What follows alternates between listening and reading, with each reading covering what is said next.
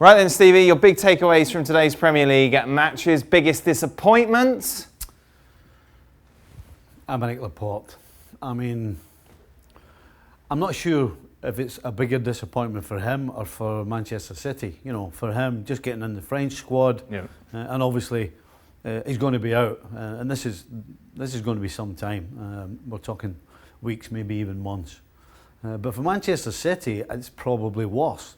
With the loss of company last season, Laporte became the main man. Yeah. He became the rock at that defence that it was going to be built around.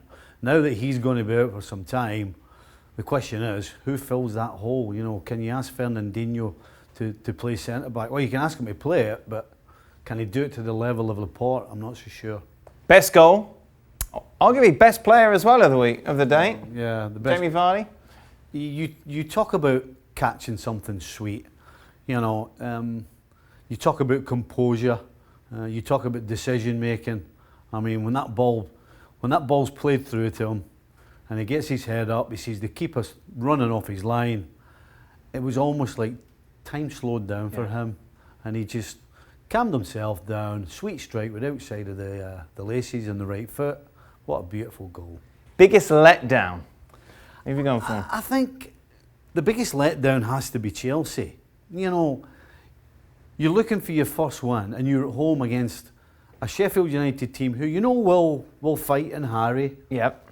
But who this has to be a home banker.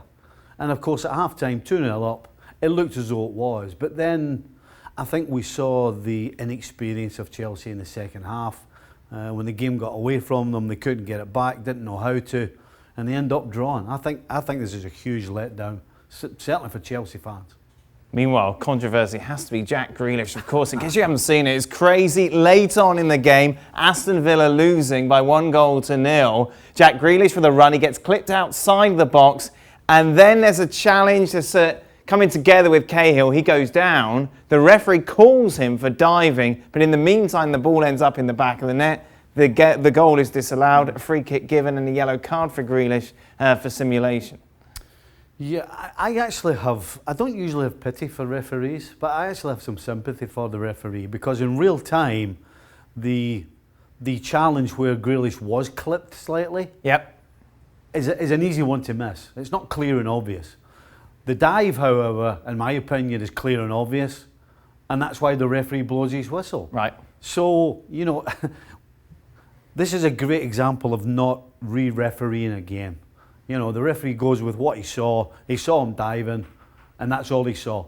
So, in the ref's mind, he's made a good, honest decision. Meanwhile, best comeback, Kevin De Bruyne. I tell you what, if we had forgotten what we were missing last year with him being out for so long with injury, then we've already seen it in 4 Premier League games this year. Gets his first goal of the season today, and of course all the other assists he's had. So Kevin De Bruyne, what a fantastic talent, and what a comeback. Steve Nicol, thank you very much. Kevin De Bruyne, of course, getting his first Premier League goal of the season. Now he's got 5 assists as well to his name.